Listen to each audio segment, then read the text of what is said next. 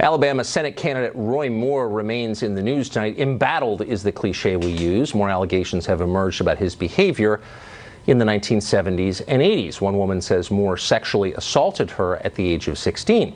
As evidence that the two actually knew each other, she pulled out a high school yearbook that he apparently signed. Others have accused Moore of being banned from a local shopping mall because he kept trying to pick up young women who were hanging around Orange Julius. Moore has vehemently denied all of this. Who's telling the truth? Well, at this point, it's impossible to know for sure. Here's what we do know for sure. Roy Moore should respond to specific allegations with specific explanations. It's not enough to say people don't like him for what he believes. In a recent tweet, Moore declared that, quote, "The forces of evil will lie, cheat, steal, even inflict physical harm if they believe it will silence and shut up Christian conservatives." In an interview, Moore said the allegations against him are a smear by people who, quote, "don't want to hear the truths about God and about the Constitution."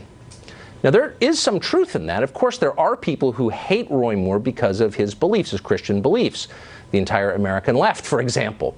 But that's not exactly the point here. The point is that Moore has been accused of appalling behavior on the record by a number of women, not all of them liberals, at least one of them a Trump voter.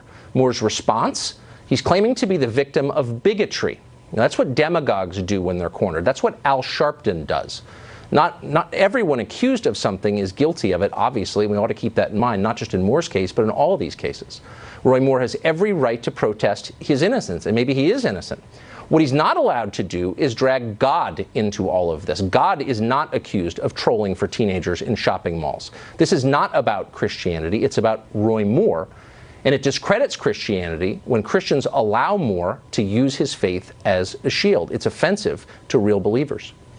Tammy Moore is a radio host, and she joins us tonight.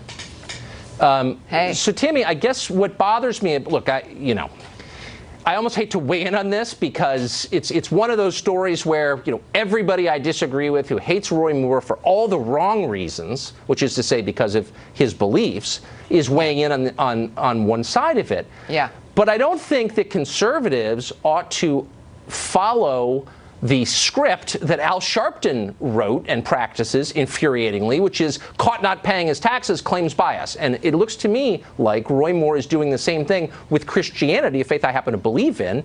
And so there's something really wrong about that, I think. Well, it's like we've all been trained, isn't it? It's like we've all been educated about how to respond to this. And the problem is that exactly. We've seen it work. We've seen it work on the left. And so this is what you've got. It's kind of a conflation of all the awful things that we've heard and the problems ranging from Teddy Kennedy, who left a woman to drown in the bottom of a lake and became the lion of the Senate, to Bill Clinton. Right. And now you've got a man who is facing, I think, at this point, some credible allegations. And there is now this resistance, understandably by people, to accept that, or at least to put up with the accusation on the point of the matter, the principle of the matter of that we're not going to be folding like a cheap suit, or we're not going to be bullied out of a race or out of being able to help this country, as many people, of course, in Alabama want to do with the election of whoever will be their senator. So it's more of this conflation and still this resistance to the establishment.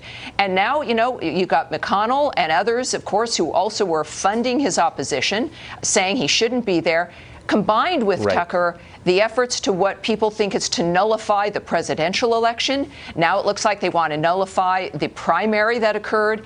This is all coming together perhaps in the midst of someone like Andy Griffith's fabulous character Lonesome Rhodes, or Elmer Gantry as an example, is that this is problematic across the board, and I don't know if anyone is a winner at this point. You just go back to how you live your life and how you want your children to live theirs. If you, or I'll just say for myself, if one of my kids got caught cheating, was accused of cheating by the school, and I said, "Did you cheat?" and he said, "The school just doesn't like me because of my politics," I'd spank him. I'd say, "You're not answering, that's a non sequitur. Maybe they don't like you because of your politics or whatever, but the question is, did you cheat or not? And man up and answer the question directly. Don't hide behind some non sequitur. Answer the question." And I don't know why we would ever allow anybody on either side to get away with that dodge.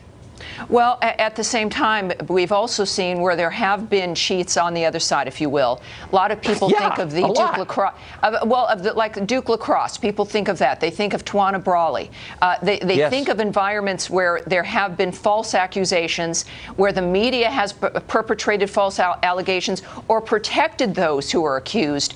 And now we've got this general rejection of any of that. Now, I don't know what's going to happen in Alabama. I do know that most of us are disgusted with the entire process.